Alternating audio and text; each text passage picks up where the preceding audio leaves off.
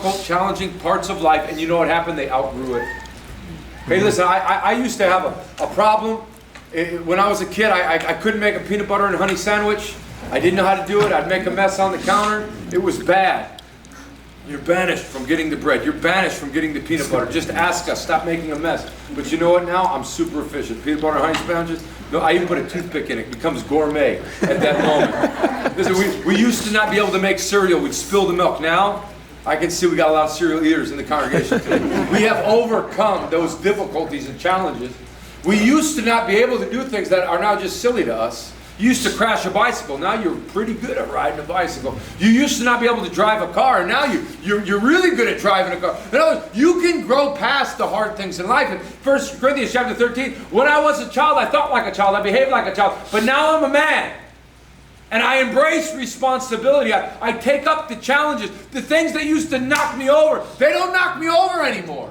Amen. You can grow past a lot of your problems.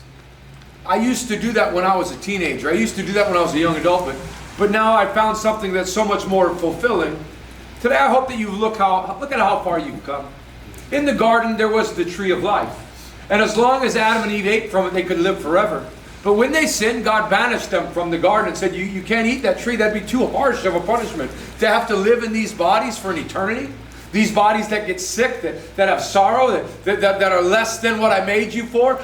There'll be a new heavens and a new earth. And then you look in Revelation and you see that tree again. You see it at the end of Revelation 22, but you also see the tree of life in Revelation 2, and it says, those that overcome can eat from the tree of life.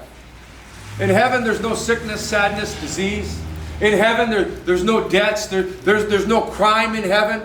But on earth, we get the opportunity to overcome those things. Amen. In my office, I have a big ring for the Fight-a-thon 3 champion coming up next month. It's going to be an awesome tournament. Kids are going to get in it. Adults are going to get in it. It's going to be awesome. We're going to have a lot of fun.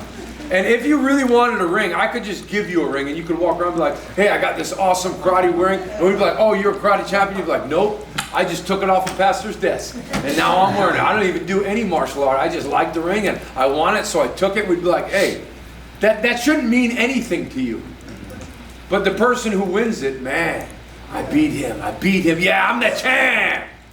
Do you really want a life with no challenges?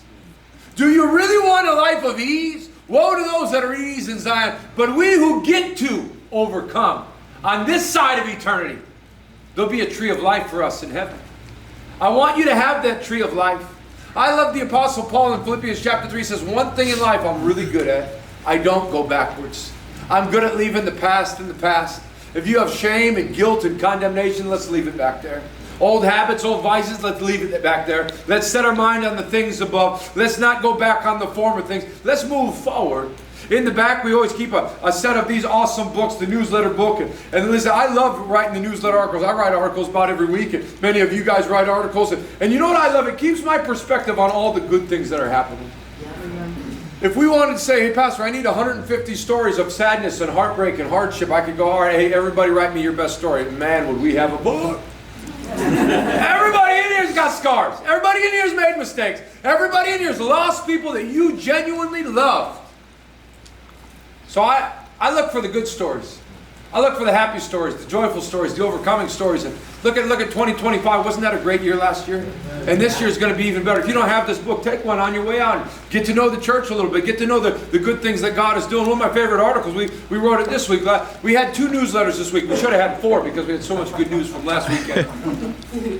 This young man, Frankie, got baptized last week. It was really cool on Easter at the 8:30 service. He's been coming for about a month. And about 2 weeks ago, Debbie did such a good job making him feel welcome and greeting him here, and he was kind of making some new friends. And second time he was here, she said, hey, Pastor, Frankie wants to get baptized. You know us. You say you want to get baptized. We're going to start billing this thing. We're going to baptize you within probably 20 minutes or so sometimes. And I said, Frankie, you got clothes to change into? He goes, no, I don't have any clothes like that. I said, well, hey, and it just didn't set quite right. So I said, hey, how about we baptize you next week on Easter? I said, yeah, that'd be great. I'll bring my clothes. I was all excited. So last week he was out there and he changed right away. 4th service already, he had shorts on. He had his towel ready. He was excited to get baptized. So I see him in the back. I said, hey, Frankie, this is how it's going to go. If you put your faith in Jesus Christ, yes. Anything you want to tell the people? And we're talking. Then all of a sudden he goes, Pastor, I don't want you to baptize me. Oh, I can take rejection.